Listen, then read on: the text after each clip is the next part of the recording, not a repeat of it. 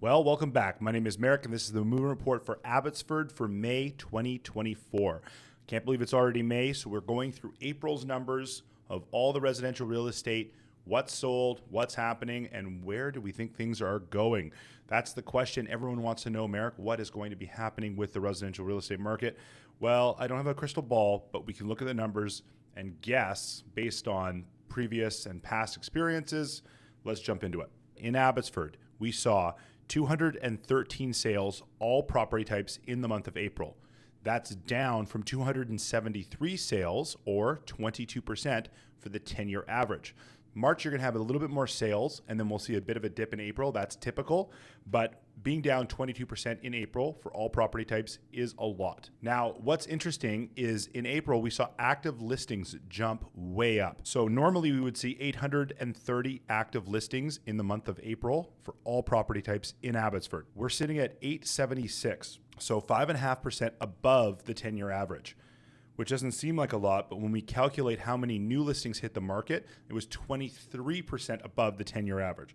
Normally, we would see 448 new listings hit the market this month, but we saw 553. So lots of inventory hitting the market, but not selling. Again, when I see this, I normally go, wow, this is a very, very bearish.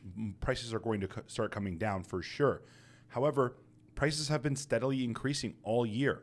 So I don't know if this is a calm before the storm, where if the Bank of Canada reduces rates, everything's going to jump off the shelves and people are going to go crazy. And we're suddenly going to get 16 offers on places like we used to see, or if we're going to start to see a decline in prices. It's hard to know exactly what's going to happen because it seems like I've never seen numbers like this. When we see inventory increasing, sales are decreased, but prices are increasing.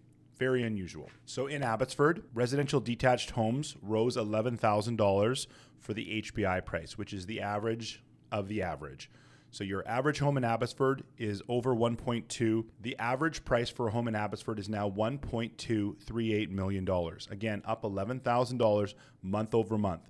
So we are seeing a slow increase in prices still. Sales to active ratio in Abbotsford sitting at 15%, which is technically a balanced market, but getting very, very close. Buyer's market for detached houses. Townhouses also saw an increase of $11,000, sitting at $670,000 in Abbotsford, with a sales to active ratio of 45%. Apartments stalling a little bit on price, only up $1,900 month over month, sitting at $457,800, and a sales to active ratio of 31%, which is a seller's market. So what we're seeing is prices slowly rising, even though sales are down from the historic numbers.